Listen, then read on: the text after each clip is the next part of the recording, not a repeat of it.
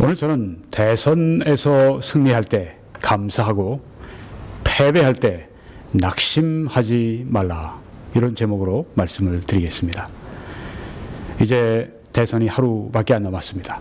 대선에서 승리할 때 감사하고 패배할 때 낙심하지 말라. 오늘 전하는 말씀은 5월 7일 화면의 맨 오른쪽 아래에 날짜가 적혀 있습니다.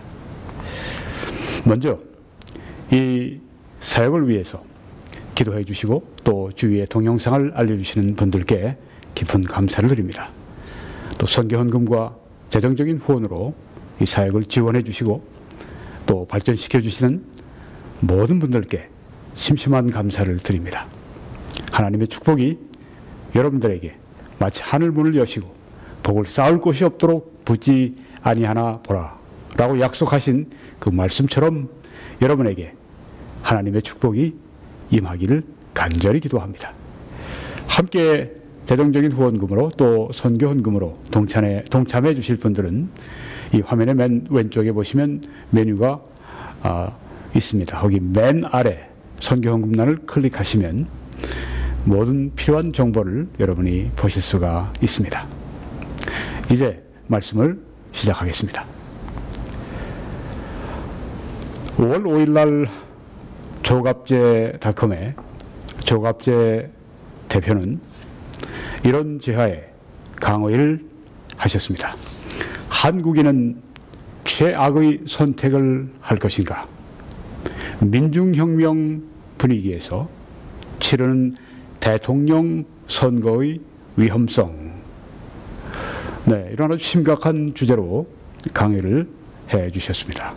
여러분들이 다 한 번씩 시청하시기를 제가 적극 권면합니다. 지금 그래서 이 강의에서 조갑제 대표는 이런 말들을 했습니다. 이번 선거는 50대 이상의 사람들에게는 체제 수호의 선거고 20, 30, 40대는 부패 척결의 선거로 이해되고 있다. 그렇게 말씀을 하십니다. 50대 이상은 좌우 이념 대립에 있어서 자유민주주의, 시장경제, 그동안 대한민국을 이만큼 성장 발전시켜온 이 체제를 수호하느냐, 아니면 체제의 이 변경을 하려는 사람들, 그 사람들로부터 이 체제를 잘 수호할 수 있느냐, 이런 심각한 관점에서 선거를 하게 된다고 하는 것입니다. 그런데 23, 40대는 이런 관점으로 본다고 하는 것입니다. 박근혜 대통령과 최순실과 정유라 이런 부패 세력들, 이 부패를 척결하는 그런 의미에서의 선거를 한다. 그렇게 이해하고 있다고 하는 것입니다. 조 대표는 잘 아는 어떤 40대 여성이 있는데 그분이 이런 말을 했다고 합니다.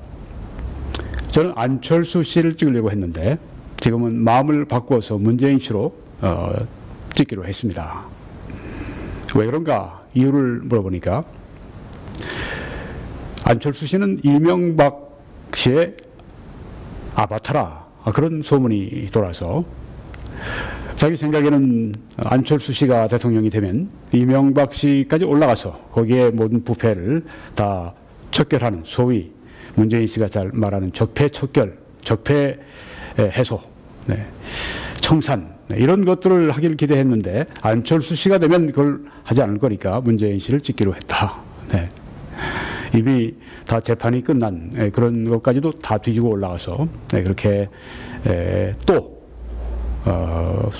다시 수사하고 그렇게 하려고 한다고 하는 것입니다. 20대, 30대, 40대의 관점이 그렇다고 하는 것입니다. 이들은 오직 부패, 청산, 척결, 핵무기도 관심이 없고 나라의 그 어떤 지금 전쟁의 이런 그 위험, 생존의 문제 이런 것도 관심이 없고 부패 척결 여기에만 지금 모든 관심을 집중하고 있다. 거기에 따라 선거를 하게 될 것이다. 이렇게 보고 있는 것입니다.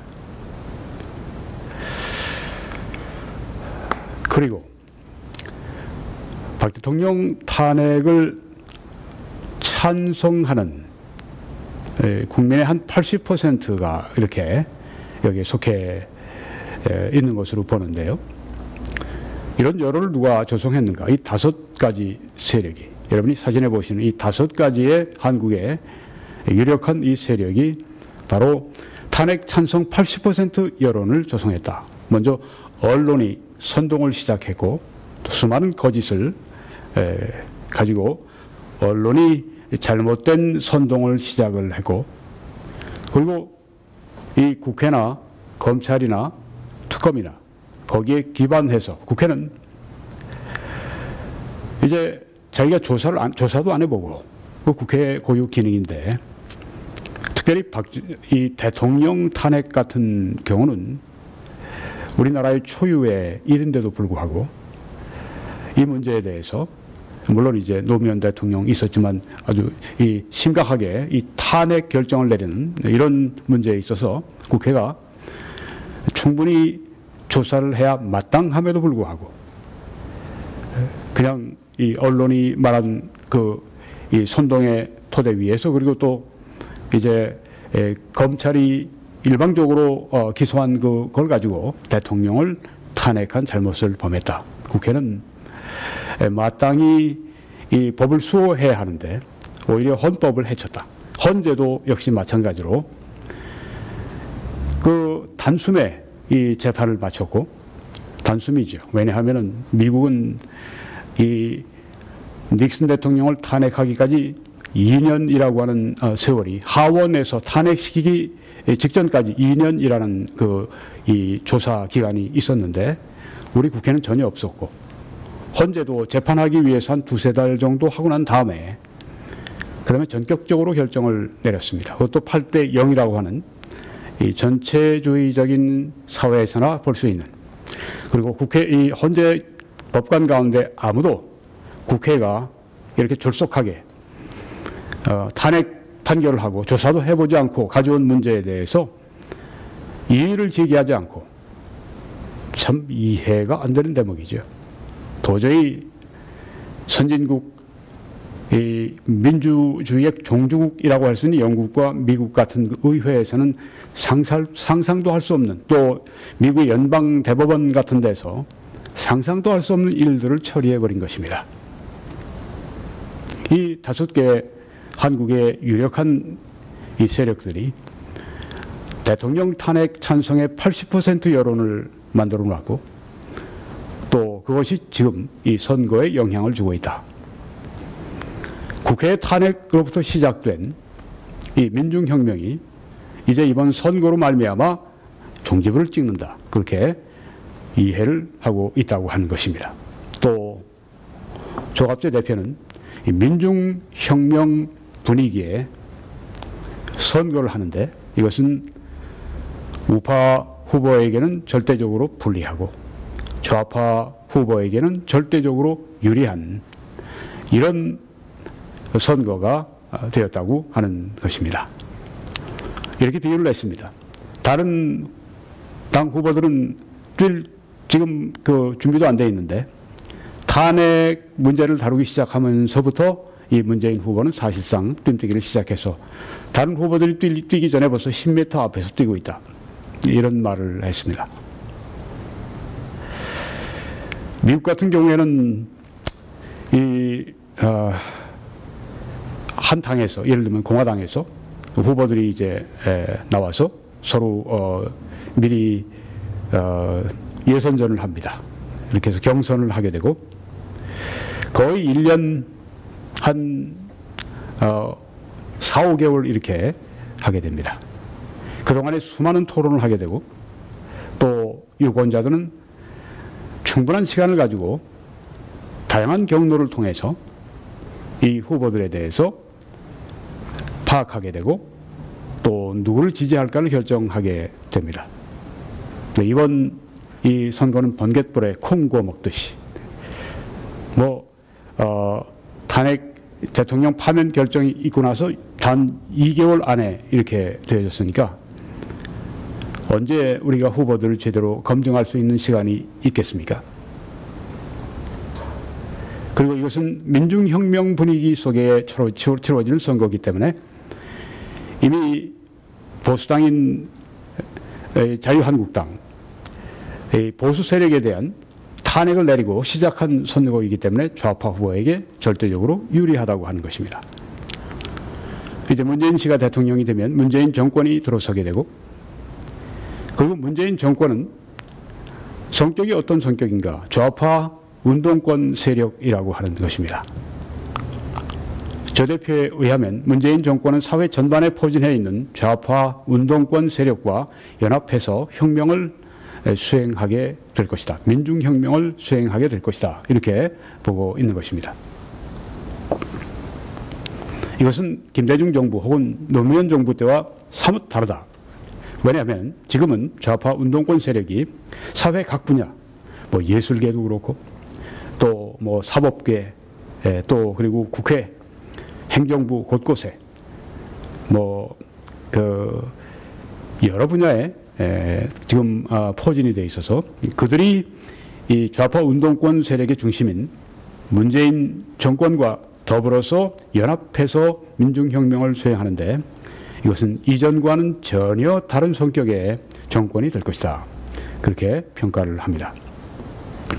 그들은 조 대표에 의하면 민중주의적인 세계관을 가지고 그 일을 할 것이다. 또 계급 투쟁론적인 국가관을 가지고 할 것이다. 그리고 부정적인 역사관을 가지고 그 혁명을 수행할 것이다. 그들은 한미 동맹에 대한 반감을 가지고 있고, 이 한미 동맹은 사실 우리 이 대한민국의 국방에, 안보에 아주 초석과 같은 그런 일을 했습니다. 그런데 이 안보, 그 초석을 거기에 대해 반감을 갖고 있다고 하는 것은 참으로 불행한 일입니다. 북한 정권에 대해서는 호감을 또 가지고 있습니다. 또 국가 정체성과 진로의 변화를 반드시 꾀할 것이다. 이렇게 본다고 하는 것입니다. 그리고 북한 제재에서 전 세계적으로 지금 북한을 제재하기 위해서 총동원령을 내리고 있는 상황인데, 특별히 미국은 아주 초강력 제재를 지금 시행하기 시작했는데, 그런 세계적인 흐름에 역행해서 북한 제재하려고 하는 움직임에서 이탈해서 결국은 국제 미아로 그렇게 전락할 수밖에 없다. 그렇게 진단을 하고 있습니다. 자, 이것은 제가 이제 여기에 첨부한 것인데요. 5월 4일 날 미국 하원에서 초강력 대북 제재안, 이것을 압도적 찬성으로 통과시켰습니다. 무려 419대 1입니다. 이는 전에 미국이 제2차 세계대전에 참전할 때, 그때 루스벨트 대통령이 의회에 나와서 상하 양원 모임 가운데서 그때 연설을 하고 God help us, 하나님 우리를 도우십시오.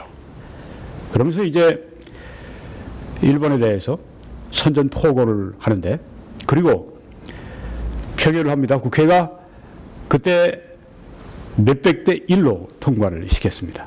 2차 세계대전 그때 뛰어들 때하고 동일한 그런 그 분위기, 또 그런 이 압도적인 찬성으로 미국 하원이 초강력 대북 제재안을 통과시켰습니다.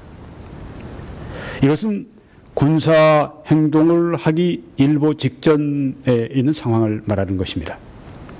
이 초강력 대북 제재안, 여기 지금 할 때 이런 말이 있었죠? 하원에서. 결국은 북한이 ICBM을 어느 날인가 개발할 것이다. 우리는 그것을 허용할 수 없다. 그래서 이 초강력 대북 제재안이 있는 것인데, 이게 만약에 되지 않는다면 그 다음에는 미국이 남은 수단은 군사 행동 외에, 선제 공격 외에 할 수 있는 것이 아무것도 없습니다. 그래서 이것은 아주 심각한 그런 단계에 와 있는 것입니다. 이처럼 미국이 상하 또 미국 여기에 그 좌우 이런 그 갈등과 대립이 전혀 없는 것을 볼 수 있습니다. 안보 문제에선 이 미국이 좌우가 나뉘지 않고 하나가 되는 것을 볼 수가 있습니다. 우리가 만약에 초강력 대북 제재안을 내놓고 우리 국회에서 찬성 반대를 한다고 할 것 같으면 어쩌면 반대가 찬성보다 더 압도적으로 많을지 모르죠. 이처럼 우리 한국 내 문제가 심각한 것을 볼 수가 있습니다. 미국뿐 아니라 세계적인 자유민주주의 국가 다 함께 이런 세계적인 여론이 있는데 우리가 여기에 부합되지 않는다고 할 것 같으면 국제적인 미아가 된다고 하는 것이죠. 지금 이 초강력 제재안은 미국 하원이 한국의 차기 정부 또 한국의 국민에게 보내는 경고라고 보면 딱 맞습니다.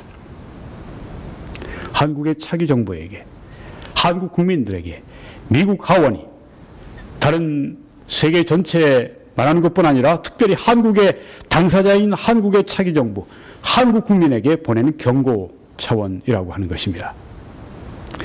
제가 텍사스에서 한 6년가량을 있었습니다. 공부하면서 거기에서 살고 지냈는데요. 거기에 프리웨이를 가다가 보면은 이런 말이 이제 간단히 눈에 띕니다. Don't mess with Texas.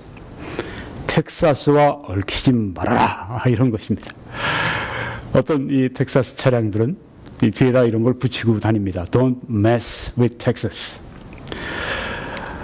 텍사스주가 굉장히 험한 주로 이렇게 우리가 이해를 하는데 그렇죠. 네, 멕시코와의 전쟁을 제일 치열하게 했던 곳이니까 독립정신이 강하고 개척정신이 강하고 네, 그런 곳이 텍사스주입니다. 텍사스와 얽히지 마라. 잘못 맞닥뜨리지 마라. 원래 이 구호는 이 텍사스의 교통부에서 창안한 모토입니다. 달리다가 뭐 휴지 같은 거 이런 쓰레기를 버리지 마라. 그랬다면 당신이 치워. 그렇지 않으면 아주 큰 벌금을 물릴 거야. 그런 경고입니다. 텍사스주와 얽히지 마라. Don't mess with Texas. 바로 이것이 미국 하원이 우리 차기 행정부와 또 한국 국민에게 주는 경고의 메시지입니다.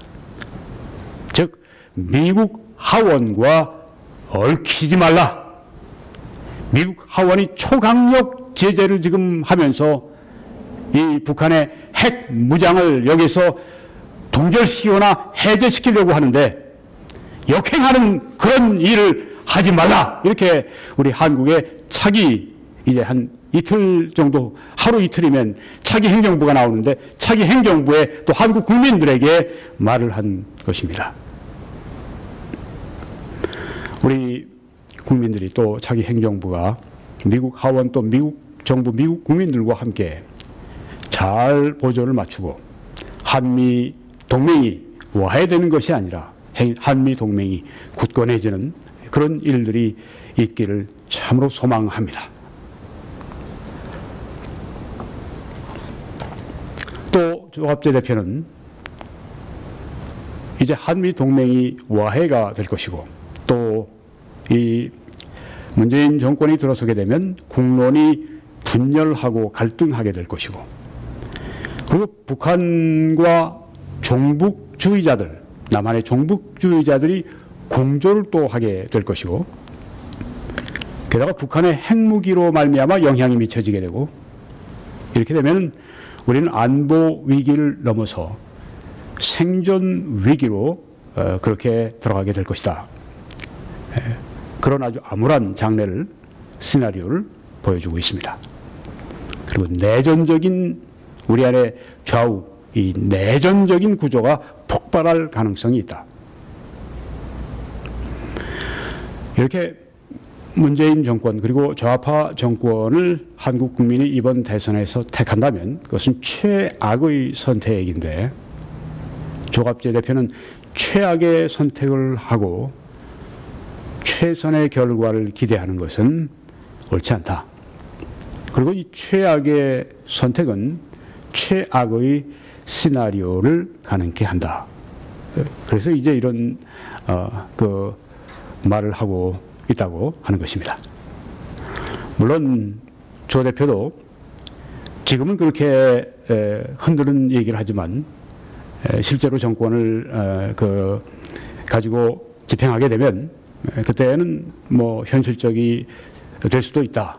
그런 가능성도 일말 비쳤습니다. 그렇지만 그 시나리오는 계속 이렇게 됩니다. 전쟁이나 우리가 최악의 경우 전쟁을 불러들일 수 있다. 그리고 내전적인 상황에 들어갈 수 있다. 그리고 민중혁명이 만약에 실패하면 군부가 개입할 그런 가능성이 많다. 그렇게 보았습니다.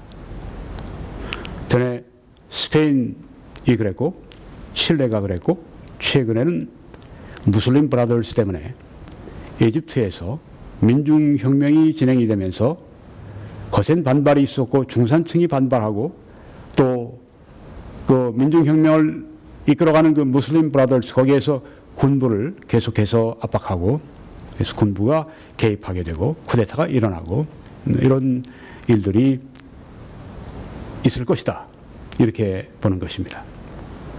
자, 지금까지 조갑재 대표의 그 시나리오를 말씀드렸는데 또 제 견해를 덧붙여서 말씀을 드렸습니다. 저는 이번에 문재인 정권이 들어서게 되면 제 예감은 그렇습니다. 한반도 역사상 이전에 없던 그런 돌풍이 불어올 것이다. 굉장한 혼란과 갈등과 그런 재앙적 수준의 그런 사회의 흔들림이 있을 수 있다. 그런 생각이 제가 듭니다. 왜냐하면 지금 때가 때이니만큼 지금 북한의 핵무장이 지금 거의 마지막 완료 단계에 들어갔고 또 미국은 이제는 더 기다릴 수 없이 초강력 제재를 경제 외교로 한 다음에 안 될 경우에는 그때는 선제 타격을 할 수밖에 없는 상황이 되고 있고 지금 이런 모든 이 하원의 이런 초강력 제재안 등은 앞으로 선제 타격을 위한 사전에 여론 준비가 지금 되고 있다. 이렇게 보기 때문입니다. 여기에서 만약에 미국 행정부, 트럼프 행정부와 새로운 우리 차기 행정부가 계속 삐딱거리고 삐걱거리고 또 서로 부딪히고 이렇게 되면 그 혼란은 말할 수 없이 커지게 될 것입니다. 그래서 우리가 이번 선거를 잘 해야 될 필요가 거기에 있습니다. 저는 지난번에 좌파 정권을 선출하는, 좌파 대통령을 선출하는 한국의 젊은이들은 장전된 총을 자기 가슴에 겨누는 것과 같다. 이렇게 싸늘한 주제로 제가 말씀을 전했습니다. 자, 이렇게 아주 암울하고 또 부정적이고 어두운 장래상을 그 시나리오를 말하는 분이 조갑재 대표뿐이겠습니까? 또 저뿐이겠습니까? 아닙니다. 많은 사람들이 우려하고 있습니다. 그 중에 한 분이 여기 지금 강규형 명지대 교수입니다. 5월 6일 조선 칼럼에서 혼자서 다 해결할 수는 없다. 이런 제목으로 글을 올렸습니다. 인용을 하겠습니다. 한국 사회를 풍미했던 민족해방론 NL 류영희 교수를 통해 모택동 체제, 특히 문화혁명을 찬양하는 방향으로 흘렀다. 모택동 체제를 옹호하고 또 모택동 체제에 대해서 반감을 가지고 있는 그 세력들을 다 처단하는 그런 혁명, 이름이 그럴싸하게 붙여졌는데 문화혁명. 리시는 그것을 예찬하면서 인류 최초의 인간의식 개조 혁명으로 숭배했다.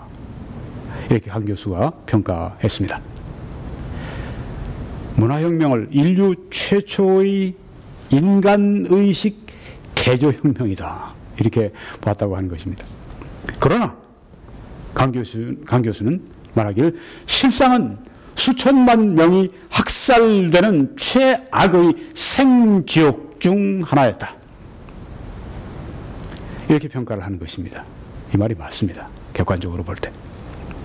요즘 강 교수는 그 택동체제 문화혁명은 최악의 생지옥 중, 이 지구상의 최악의 생지옥 중 하나였다고 이렇게 평가하는 반면에 좌파 학자인 리영희 씨는 그것은 인류 최초의 인간의식 개조혁명이라고 그렇게 숭배했다고 하는 것입니다. 얼마나 엄청난 의식의 차이입니까?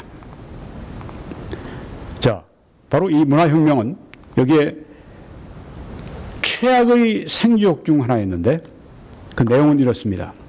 강 교수에 의하면 대중선동, 특히 저 어리고 젊은 학생들, 오늘 우리 대학생들이 바로 그런 이 세대입니다. 대중선동을 하고 문화혁명에서 낙인을 찍고 뭐 좌파에서 요새에서는 부역자 낙인을 찍는, 또 쓰레기 언론을 동원한 무차별적인 비방, 이성적인 비방이 아닙니다. 건설적인 비판이 아닙니다. 자기들의 목적을 이루기 위해서는 상대방을 악마시하는 아주 쓰레기 언론을 동원해서 무차별적으로 비방하는 것, 그리고 정신적, 육체적 학대, 숙청, 에다 공산주의에 쓰는 것들입니다. 얘다 전체주의 국가에서 예전에 히틀러 제국 같은 데서 쓰던 것들입니다. 월남 패망을 보면서, 월남이 망하는 것을 보면서 진실이 승리하는 희열을 느꼈다. 진실이 승리하는 기쁨을 느꼈다.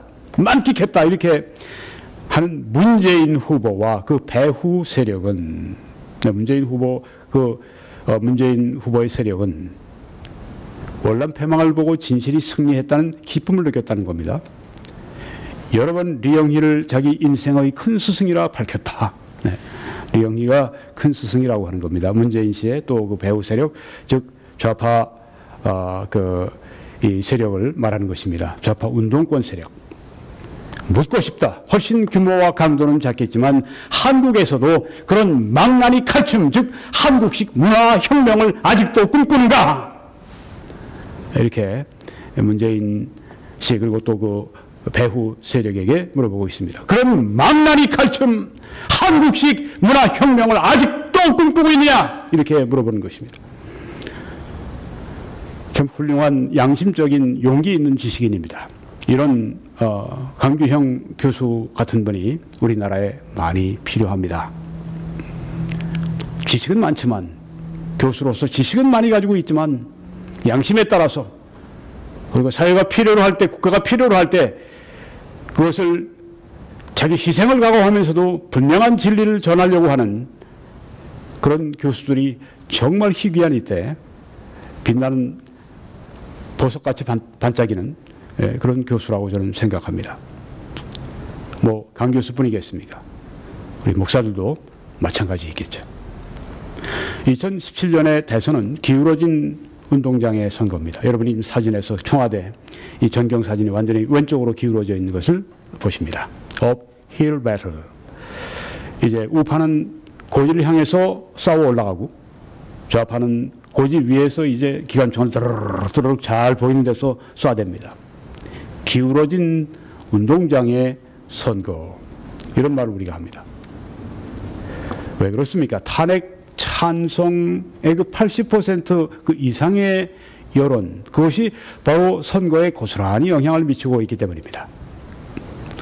이런 어떤 분위기가 좀 지나가면서 냉정하게 다시 한번 그 모든 것을 반추해보고 생각해보고 이렇게 한 다음에 중요한 것에 대한 대통령 결정을, 대통령 선출 결정을 내려야 되는데 그런 과정이 전혀 없이 민중혁명에 아주 흥분된 분위기로 막 지나갑니다. 여기는 이성, 뭐 합리, 또 뭐 헌법, 준수, 법치 이런 거 소용없습니다.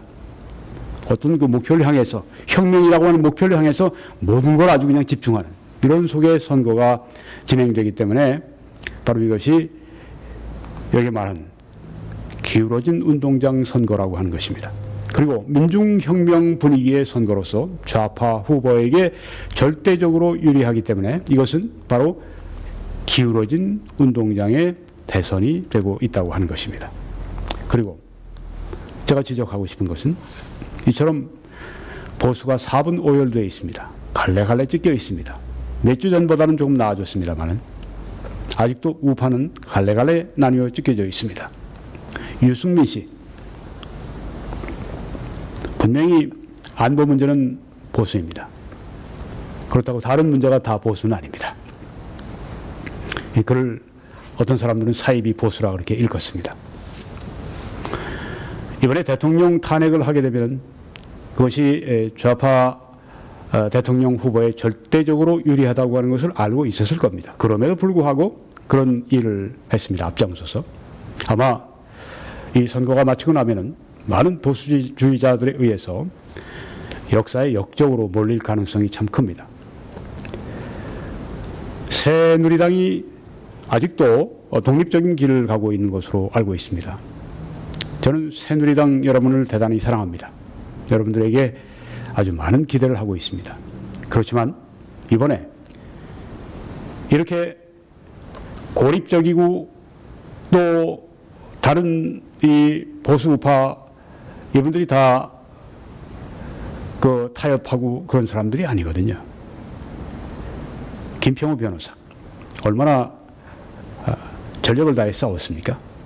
또 얼마 전까지 새누리당 대표였던 우리 그 권영해 전 국방장관 조원진 대표에게 단일화를 요청하다가 듣질 않으니까 할 수 없이 사표를 내고 나오셔서 홍준표 후보를 지금 지지하는 것을 볼 수가 있습니다. 또 엄마 부대 주옥순 씨 이런 분들이 다 얼마나 치열하게 박 대통령 탄핵이 부당하다고 하는 것을 말하고 싸웠습니까? 이런 분들이 지금은 다 홍준표 후보를 지지하는 것은 그가 홍 후보가 모든 면에서 만족스럽기 때문에 그런 것은 결코 아닙니다. 저도 홍 후보 만족스럽지 않은 거 있죠. 그렇지만 저는 처음부터 일관되게 가장 당선 가능성이 있는 사람에게 표를 몰아줘야 합니다. 그래야 딱 한 가지 남은 승산이 있는 그런 마지막 방법을 우리가 사용할 수 있는 것입니다. 말을 해왔습니다. 지금은 홍 후보에게 표를 던져야 합니다. 반대하는 사람들은 돼지 발정제 그거 봐라.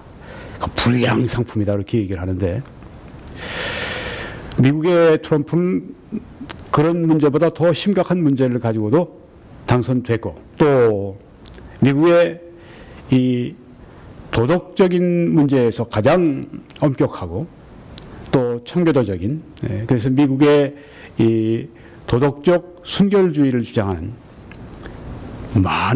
수많은 한 2,500만으로 그렇게 추산되는 복음주의자들의 81%가 트럼프를 적극 지지했습니다. 그럼에도 불구하고 여러분 한 돼지 발정제 바로 그 문제 우리 홍 후보도 잘못했다고 이렇게 사과를 하고 용서해달라고 말을 하는데 잘못하는 거 알아요. 다 압니다. 그렇지만 돼지 발정제 그게 홍 후보 전체를 말하는 것은 아닙니다. 성경에도 보면 다윗이 성범죄를 저지르고 그것으로 말미암아 살인까지 하게 됩니다. 그런데 성경은 그것을 가지고 다윗 전체를 평가하지는 않습니다. 또 하나님이 그것 때문에 다윗을 왕위에서 내치시고 쫓아내신 것도 아닌 것을 성경이 보여주고 있습니다. 다윗이 죽은 다음에도 다윗의 하나님으로 그렇게 소개를 하십니다. 다윗의 죄는 하나님께서 무섭게 심판하셨지만 그 죄로 말미암아 다윗의 전부를 죄덩어리로 보지 않는다고 하는 것입니다. 다윗이 불량 상품으로 그렇게 전체적으로 포장되지 않는다고 하는 것입니다. 마찬가지로 홍 후보의 여러 가지 그런 문제가 있고 또 다른 약점이 있다 할지라도 홍 후보의 장점이 또 참 많습니다. 조 대표는 세 가지 점에서 서민성, 공격성, 또 하나가 혁신성, 이 세 가지가 홍 후보의 특별한 장점이고 앞으로 대통령으로서 이런 장점과 또 이런 투사가 우리 안에 길러져서 앞으로 대통령을 할 수도 있는 그런 사람이다. 그렇게 평가를 하는 걸 보았습니다. 홍 후보를 이번에 찍지 않으면 대안이 없습니다. 새누리당이 만약에 홍 후보 대신에 조원진 후보에게 표를 던지게 되면은 결국은 한 1%, 전체 유권자의 한 1% 정도로 이렇게 보통 보는데요. 네. 1% 정도밖에 안 되는데 뭘 우리가 홍 후보 찍는다고 그래서 될 사람이 안 되고 안 될 사람이 되겠냐. 우리 표는 없어도 된다. 이렇게 말을 하지만은 결국은 그렇게 되면 홍 후보를 돕지 않으면 문 후보를 돕는 것이 됩니다. 새누리당 여러분들이 저는 이 일로 말미암아서 앞으로 이 전체 보수주의자들 가운데서 리더십을 잃게 되지 않을까 염려가 참 됩니다. 여러분들의 현명한 판단을 기대합니다. 자, 이런 상황, 이런 데서 이기면 기적이라고 말을 할 수가 있습니다. 이런 기울어진 상황에서 밑에서 위로 볼을 차고 올라가면서 골대에 볼을 집어넣겠다고 하는 게 얼마나 참 어려운 그런 과업이 되겠습니까? 그렇지만 기적은 가능합니다. 또 있어 왔습니다. 그 중에 하나가 이 성경에 소개되고 있습니다. 출애굽기 15장 보게 되면은 이때 모세와 이스라엘 자손이 이 노래로 여호와께 노래하니 일러스되. 여러분이 지금 여기에 사진을 보고 계십니다. 홍해가 지금 양쪽으로 갈라져 있고 가운데 지금 길이 바닥이 지금 보이고 이스라엘 사람들은 저기 서 있는 사람이 모세고 물론 이 찰턴 헤스턴이 분장한 것입니다. 여기에서 지금 다 이스라엘은 이쪽 땅으로 건너왔는데 저쪽 애굽 그 땅에서 이제 홍해가 갈라진 바닥을 그 위를 이제 마차를 달려서 이스라엘을 이 홍해를 건너간 이스라엘을 쫓아 이쪽에 와서 도륙하기 위해서 질주하는 그 바로의 군대 그 뒤로 홍해 바닷물이 이제 합해서 그들을 집어삼키는 그런 모습을 한눈에 우리에게 보여주고 있습니다. 홍해의 기적. 건너기 전에는 양편에는 산이고 뒤에서는 바로의 군대가 추격하고 앞에는 홍해가 놓여 있고 정말 사면초가.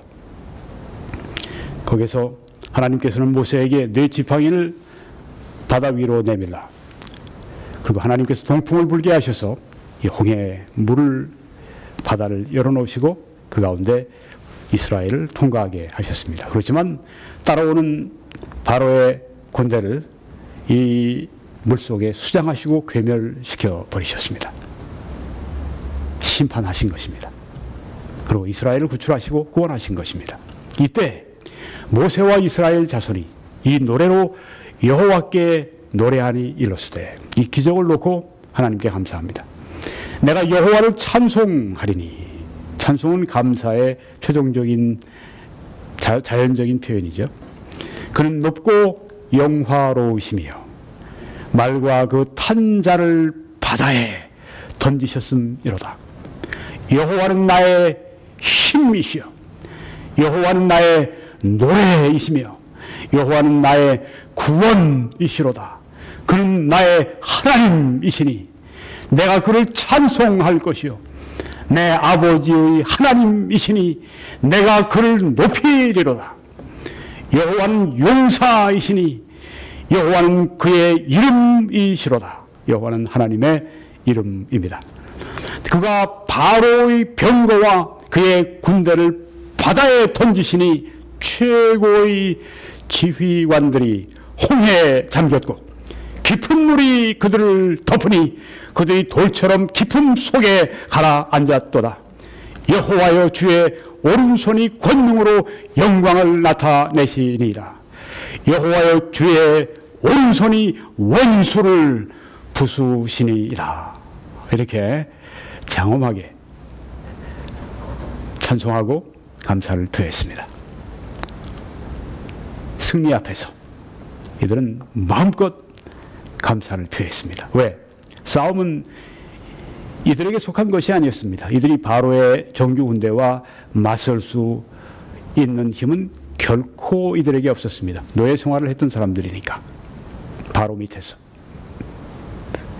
이들이 이처럼 대승을 거둔 것은, 이집트 군대를 이처럼 철저하게 괴멸시킨 것은 저들의 힘이 아니라 바로 여호와 하나님의 기적의 능력이었다고 하는 것입니다.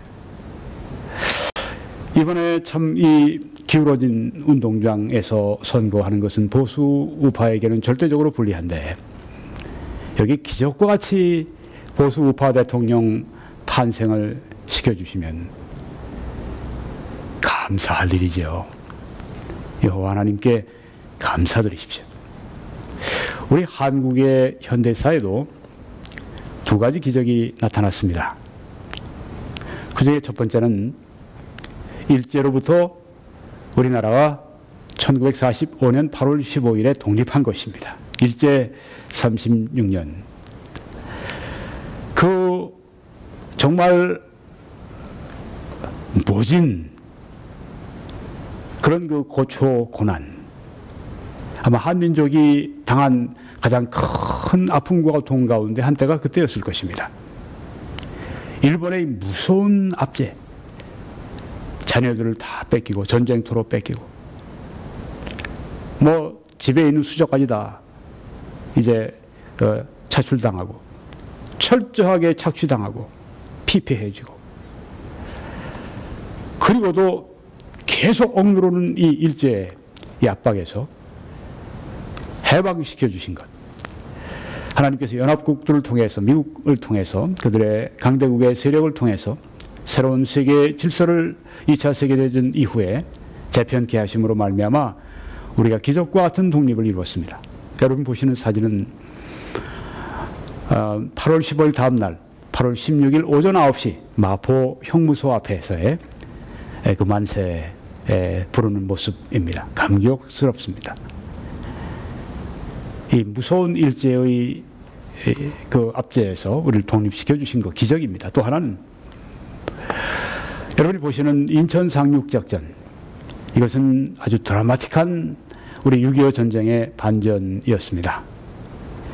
6.25에 물밀듯이 이 남침을 한 북한군이 3일 만에 서울을 함락시키고, 한 달쯤 지나고 나니까 한반도 남한의 거의 반을 점령을 했고, 2달쯤 지나고 나니까 거의 85%를 점령했고, 그 다음에 3달쯤 지나니까 80%를 점령을 했습니다.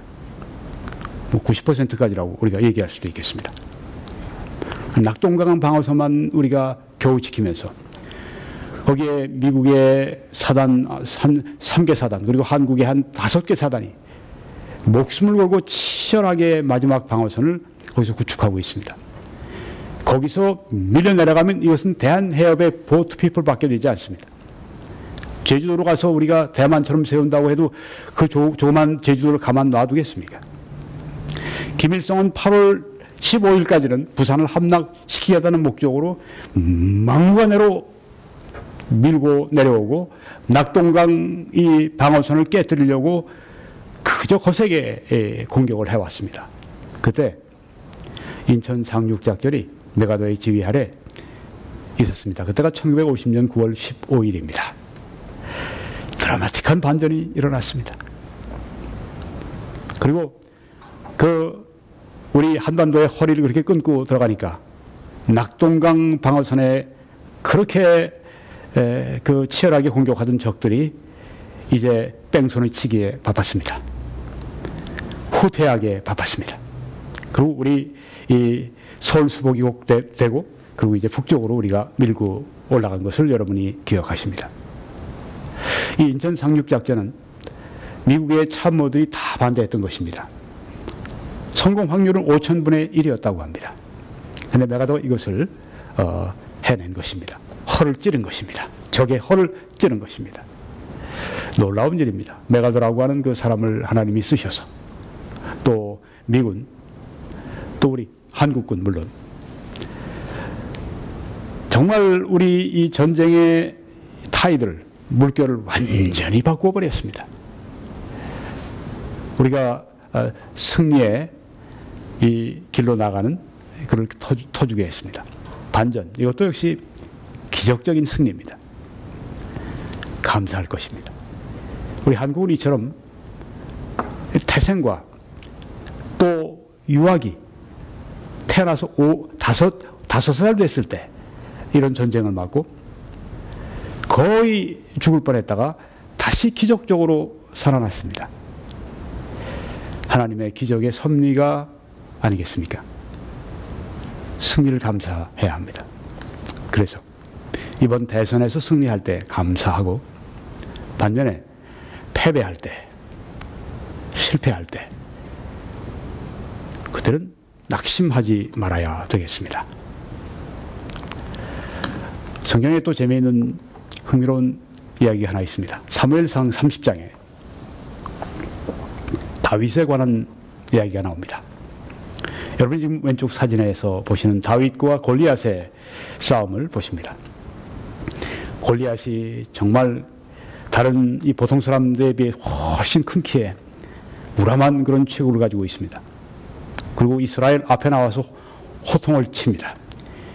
너희 중에 누구든지 나와서 싸워 이기면 너희들이 이긴 거야. 나와! 누구든지 나와! 이 위세 성경에 보면 이스라엘 사람들이 다 바위 뒤로 숨었다고 했습니다. 그런데 그때 이 청소년 다윗이 분을 품고 의로운 분을 품고 앞에 나오니까 형들이 막 말렸습니다. 네가 뭔데 여기 나서려고 그러느냐. 그런데 다윗은 내가 목동이었을 때 그때 곰이 오고 늑대가 왔을 때 내가 쳐서 그 짐승들을 쫓아내고 내 양들을 지켰습니다. 오늘 저는 여호와의 이름으로 골리앗을 처단하겠습니다. 그리고 지금 나가서 자기가 늘 그 쓰던 이 물맷돌 이걸 가지고 지금 휙 돌려서 확 쳐내니까 이게 골리앗의 이마를 관통을 해서 뇌진탕을 일으키고 골리앗이 쓰러져 죽은 것입니다. 삽시간에 달려가서 골리앗의 그 앞에 저기 있는 긴 칼을 끄집어내서 골리앗의 목을 팍 쳐가지고선 참수를 해버렸습니다. 그러니까 이스라엘 진영에서 이야 대함성이 일어나고 그리고 이 블레셋을 이제 블레셋 군대에 몰려가서 공격을 시작하고 아주 대승을 거둔 그 이야기가 성경에 나오는데 이 다윗이 청소년 시절이지만 좀 나이가 지난 후입니다. 이 사울과 싸움을 벌이는데 이제 다윗과 그의 사람들이 사흘 만에 시글락에 이른 때 시글락은 임시적인 그들의 그 거주하는 곳입니다. 다윗은 지금 전선에 나갔다가 그의 사람들과 함께 전선에 싸움을 하고 나갔다가 사흘 만에 돌아오는데 시글락에 가족들을 남겨놓고 있는 그 시글락에 돌아오는데 아말렉 사람들이 이미 네겝과 시글락을 침노하였는데 이 다윗의 동네 시글락을 아말렉이 침략했습니다. 아말렉은 이스라엘이 광야 생활에서 약속의 땅 가나안 복지로 들어올 때 그때부터 이스라엘의 대철천지 원수였었습니다. 아주 약한 자들, 이스라엘의 약한 자들, 이스라엘의 후방만 교란시키면서 그렇게 이스라엘을 괴롭히고 그랬던 아말렉, 이들이 또 시글락을 침노했습니다.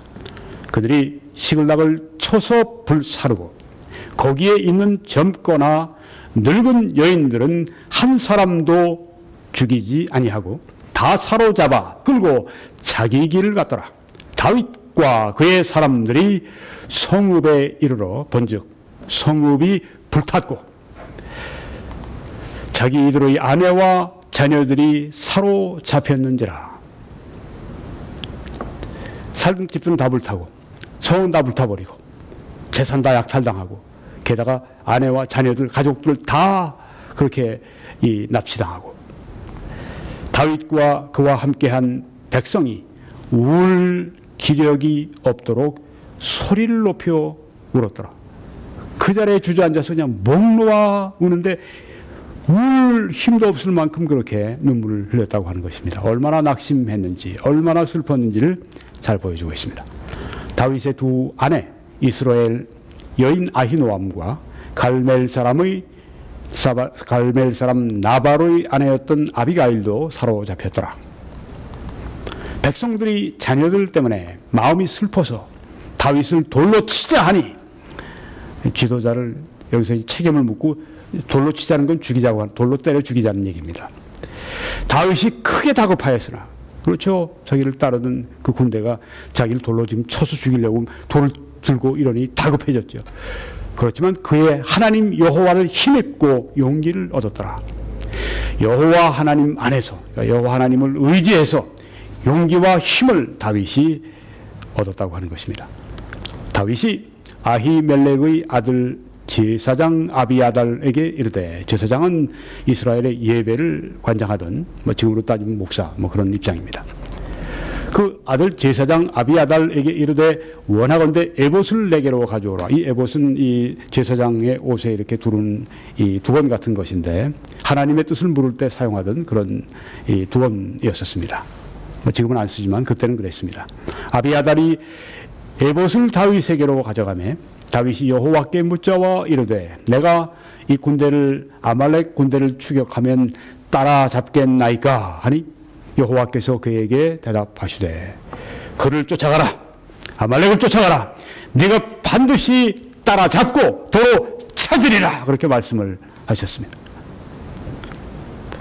만약 여기서 이스라엘 백성들이 다윗을 돌로 쳐서 죽였더라면 따라잡고 도로 찾는 그 일을 못했을 겁니다.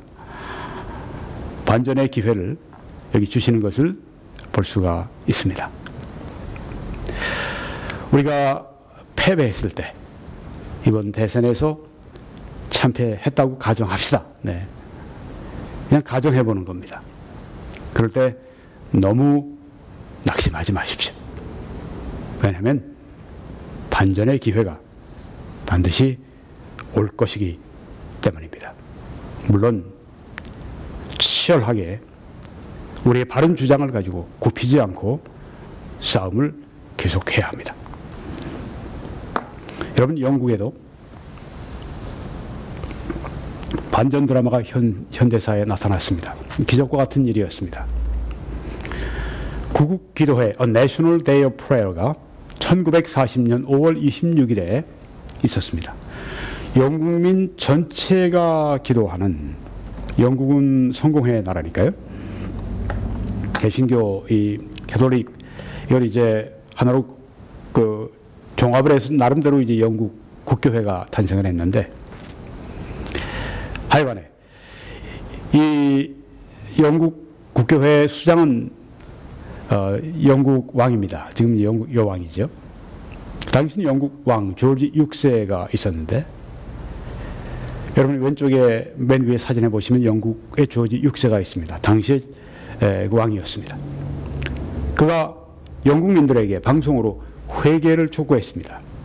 우리의 잘못을 뉘우치고 잘못된 길을 떠나서 바른 길로, 하나님이 기뻐하시는 길, 성경에 말씀하신 길로 돌아갑시다.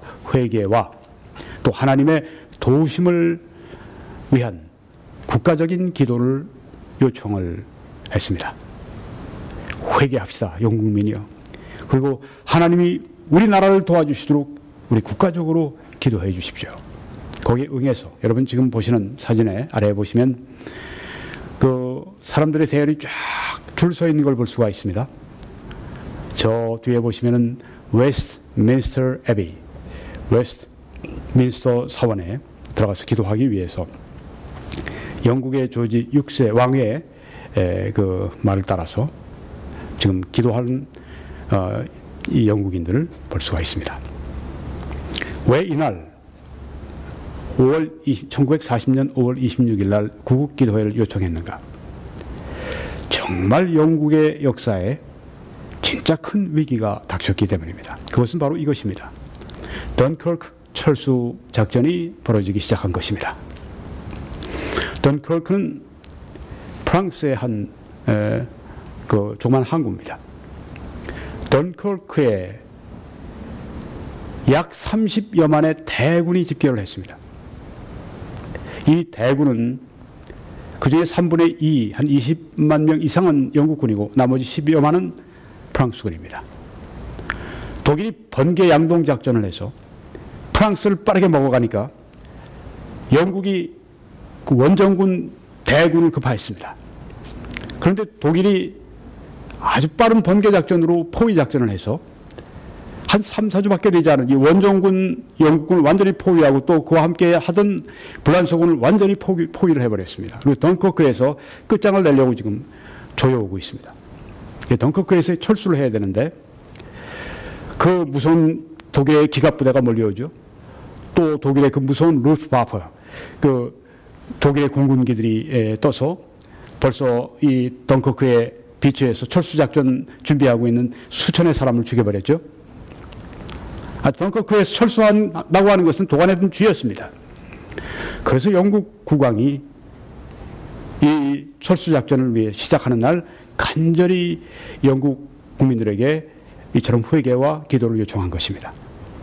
이 철수작전은 1940년 5월 26일에서 6월 4일까지 진행이 되었습니다. 여러분이 지금 거기에 역사적인 이 덩커크 철수작전의 한 이 모습을 보고 있습니다. 목까지 다 찬 이 바닷물 여기를 지금 한 발 한 발 걸어서 이 배로 지금 오는 걸 볼 수가 있습니다. 그 당시 영국에서는 군함만 가지고는 안 되니까 그 다음에 뭐 퀸 엘리자베스호 같은 퀸 메리호 같은 그런 그 대형 이 유람선들을 또 띄우고 그것도 부족하니까 고깃배도 띄우고 낚싯배도 띄우고 또 무슨 뭐 심지어 조그마한 그 조각배도 띄우고 일반 평민도 오고 여러 사람들이 이 영국 해협을 건너와서 이 덩커크에 지금 철수를 기다리는 이 군인들을 이제 영국으로 데려갑니다. 역사적인 덩커크 철수 작전. 한 2, 3만 명만이 돌아올 수 있다 생각했는데 놀라운 일이 벌어졌습니다. 그들이 기도를 시작하면서 던커크 지역에 강력한 폭풍이 일어나기 시작했습니다. 그래서 그 영국의 루프와페, 독일의 그 강력한 공군 루프와페가 뜨지를 못해서 공격을 못했습니다. 반면에 영국 해협은 아주 잔잔한 상태가 됐다고 합니다.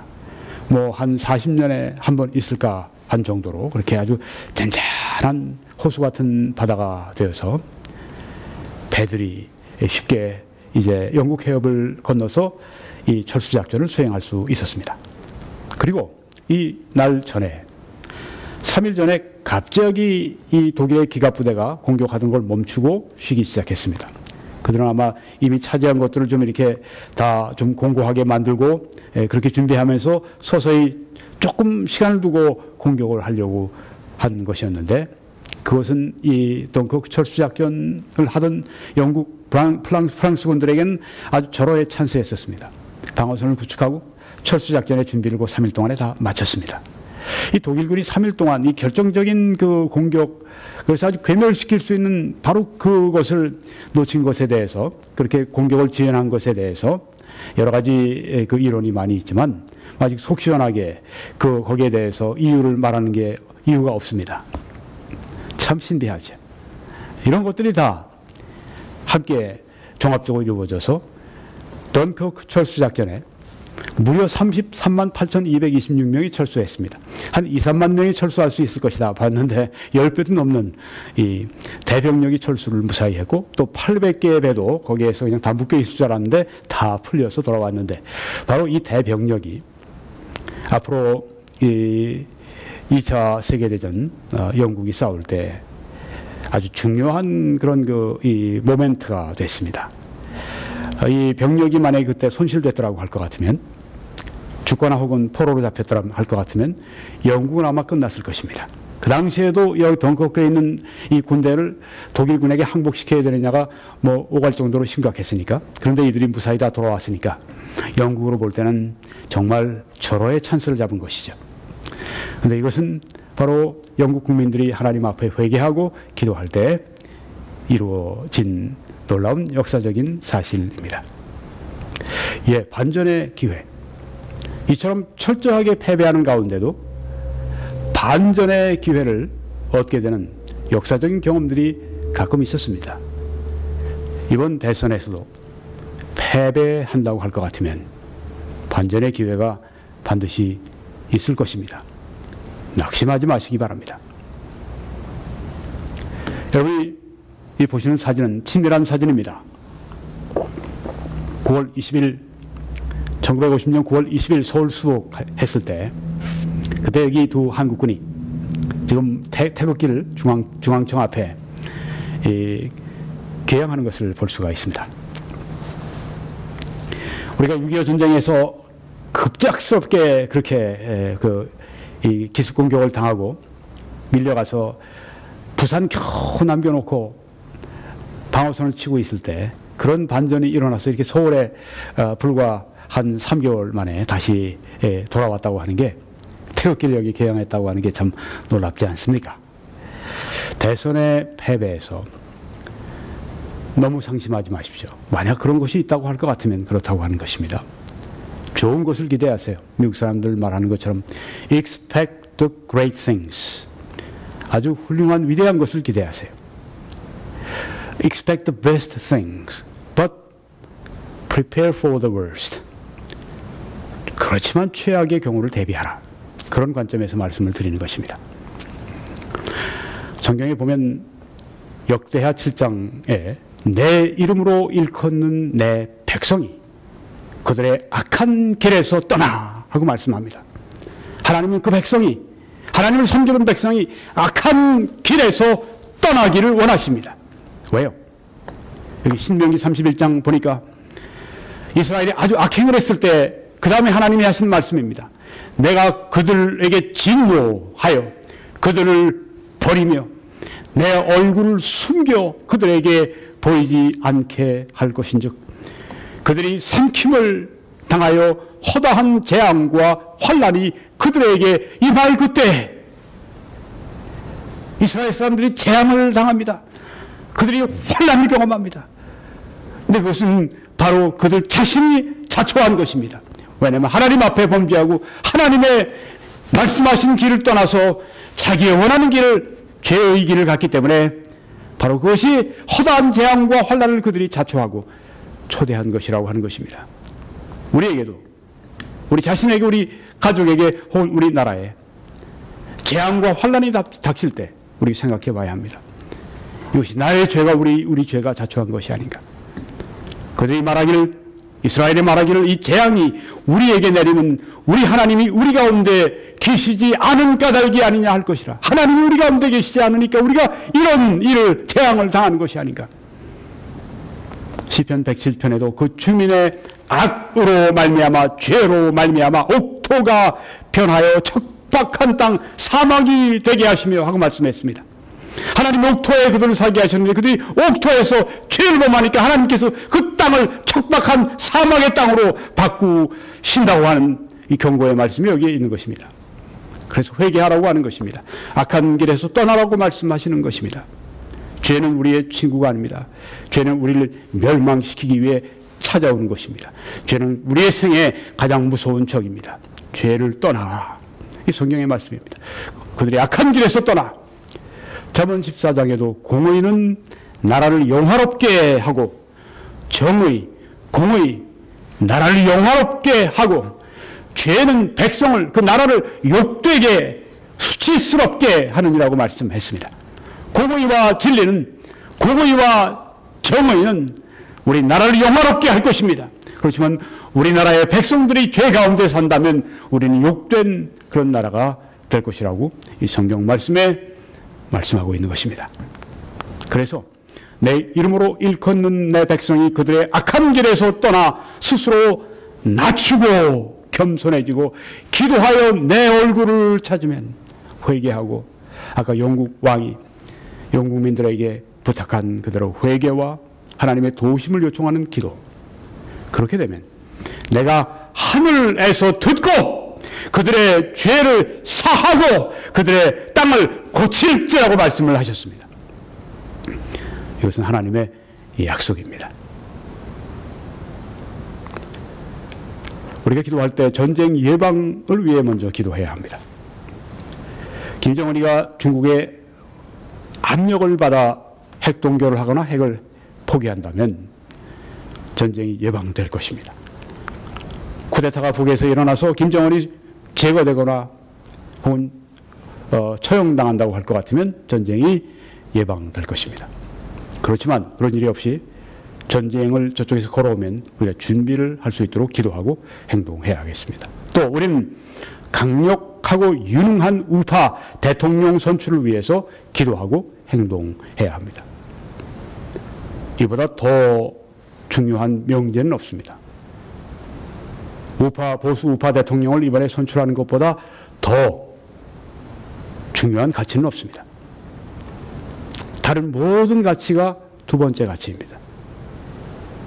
새누리당 여러분, 박 대통령 탄핵의 억울함을 풀어주는 그 문제, 그것보다 더 중요한 가치는 보수 우파 대통령을 뽑아내는 것입니다. 결국은 그가 박 대통령 탄핵 문제에 대해서 좌파 정권보다 훨씬 바르고 정의롭게 할 것이기 때문에 그렇습니다. 꼭 홍준표 후보에게 표를 던지십시오. 그것 외에는 지금 길이 없습니다.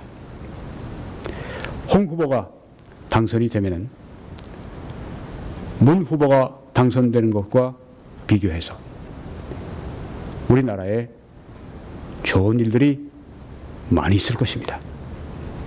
안보가 지켜질 것입니다. 경제가 분명히 성장할 것입니다. 청년들이 분명히 일자리를 더 많이 가지게 될 것입니다. 나라의 풍조가 더 바르게 서게 될 것입니다. 강력하고 유능한 우파 대통령 선출하기 위해서 기도하고 행동하십시오. 그리고 자유통일을 위해서 기도하고 행동하십시오. 북한 동포들에게 우리가 거의 70여 년 동안 주지 못했던 최대의 선물은 자유통일입니다. 그들도 우리처럼 자유민주주의 속에서 시장 경제 속에서 함께 번영할 수 있도록 우리가 기회를 주는 것, 최고의 우리의 책임이고 또 우리의 그 선물이 되리라고 생각합니다. 어떤 사람들은 이렇게 정치적인 문제들을 얘기할 때 목사가 왜 정치에 간섭을 하고 저래? 목사는 목사 할 얘기나 해. 그렇게 말을 합니다. 왜 이념 가지고 그렇게 얘기를 해? 성경 가지고 얘기를 하지. 그렇게 말을 합니다. 이념, 우린 지금 전쟁을 벌이고 있는데 좌우가 지금 이념 전쟁을 벌이고 있습니다. 근데 이념 전쟁이 단순한 이념 전쟁으로 끝나는 것입니까? 아닙니다. 이것은 배후에 보면 영적 전쟁입니다. 아니 어떻게 그렇게 갑자기 점프를 합니까? 그렇게 물어보는 분이 있다면 좌파의 철학 가운데 하나는 자유입니다. 그것은 모든 사람들이 자기의 방식대로 살아가는 것을 허용하는 것입니다. 평등입니다. 그래서 그들에게는 예를 들면 동성애 같은, 동성혼 같은 그런 것도 사람들의 자유고 우리는 다 평등하기 때문에 그들의 인권을 우리가 보장해 줘야 된다고 이야기합니다. 솔깃한 것 같지만 우리가 성경에 보게 되면 이 동성애 문제에 대해서 이 문제가 잘못됐다고 하는 걸 확실히 말씀을 하고 있습니다. 즉 도덕적인 문제입니다. 도덕적 방임주의를 좌파에서 실시하는데 그렇게 되면 사회가 도덕적으로 타락하게 됩니다. 지금 한국의 젊은이들 가운데 에이즈 환자가 급증했다고 그러죠. 무엇과 함께? 동성애 문제가 매우 개방적이 되고 그것이 뭐 괜찮은 거야. 이렇게 받아들여지는 이런 이 분위기가 형성이 되면서 젊은이들이 동성애에 빠지고 그렇게 돼서 에이즈가 급증하고 있다고 하는 얘기를 제가 전문가들로부터 전해 듣습니다. 이 도덕적인 방임주의와 도덕적인 사회적인 타락과 그래서 하늘에 하나님의 심판이 이 땅에 그 죄로 말미암아 임한다고 할 것 같으면 그것이 영적인 문제가 아닙니까? 결국 이념적인 문제가 영적인 문제로 직결되는 걸 볼 수가 있습니다. 이념 전쟁은 그래서 영적인 전쟁이 배후에 있다고 하는 것입니다. 안보 문제가 또 그렇습니다. 한국 교회는 지금 세계 유례 없는 성장을 해왔습니다. 짧은 몇십 년 동안에 이렇게 놀랍게 성장을 해왔습니다. 그런데 그 바탕이 어디 있습니까? 자유민주주의 그리고 시장 경제 속에서 이렇게 성장을 했습니다. 반면에 저 북쪽을 보십시오. 북쪽에는 지금 공산주의가 다스리고 난 다음엔 북쪽의 교회는 아주 완전히 졸당망했습니다. 지하에 스며들어서 정말 미미하게 어렵게 숨어서 예배하든가 아니면은 외국 수용소에서 극형에 처해서 지금 살아가든가. 그러면은 이 안보 문제, 이 체제 문제, 이게 단순한 정치 문제입니까? 아닙니다. 영적인 문제입니다. 교회를 부흥시키고 교회가 성장하고 부흥하는데 울타리가 되어줄 수 있고 좋은 환경을 조성해 줄 수 있는 이런 체제가 있고 교회가 망하는 그런 것을 아주 급진적으로 만들어가는 교회를 망하게 하는 체제가 있습니다. 교회가 흥하고 교회가 망하고 다 영적인 문제입니다. 저에게 당신이 말하는 안보 문제, 그 도덕적 방임주의 뭐 그런 문제, 그거는 정치적인 문제니까 그런 건 얘기하지 마시오. 당신은 교회 성경만 얘기하시오. 그렇게 말을 합니다. 그건 진짜 몰라서 그러는 것입니다. 이처럼 이념 전쟁은 영적 전쟁인 것입니다. 그렇기 때문에 여기에 관해서 제가 강력하게 지금 말을 하고 있는 것이고 또 많은 이 설교자들이 함께 동참해서 이 문제에 대해서 확실하게 사회의 빛으로 사회의 소금으로 말씀을 전해야 된다고 저는 확신합니다. 대선에서 승리할 때 이제 불과 하루 남았습니다. 대선에서 승리할 때 감사하십시오. 하나님께 감사하십시오. 우리에게 기적을 주신 하나님께 감사하십시오. 그렇지만 대선에서 패배할 때 낙심하지 마십시오. 아까 다윗처럼 울 기력이 없도록 그냥 그렇게 저들이 펑펑 울고 그리고 또 지도자를 죽이겠다고 돌팔매질하겠다고 그렇게 하지 말라는 말입니다. 패배할 때 낙심하지 말라. 왜냐하면 반전의 드라마가 전개될 것이기 때문입니다. 패배한다면 좌파 정권이 이루어진다면 우리가 그동안에 경험해보지 못한 혼란과 갈등과 심각한 일들이 심지어 전쟁까지 수반될지 모릅니다. 우리는 이 속에서 정말 허리띠를 질끈 동여매고 마음을 강하게 먹고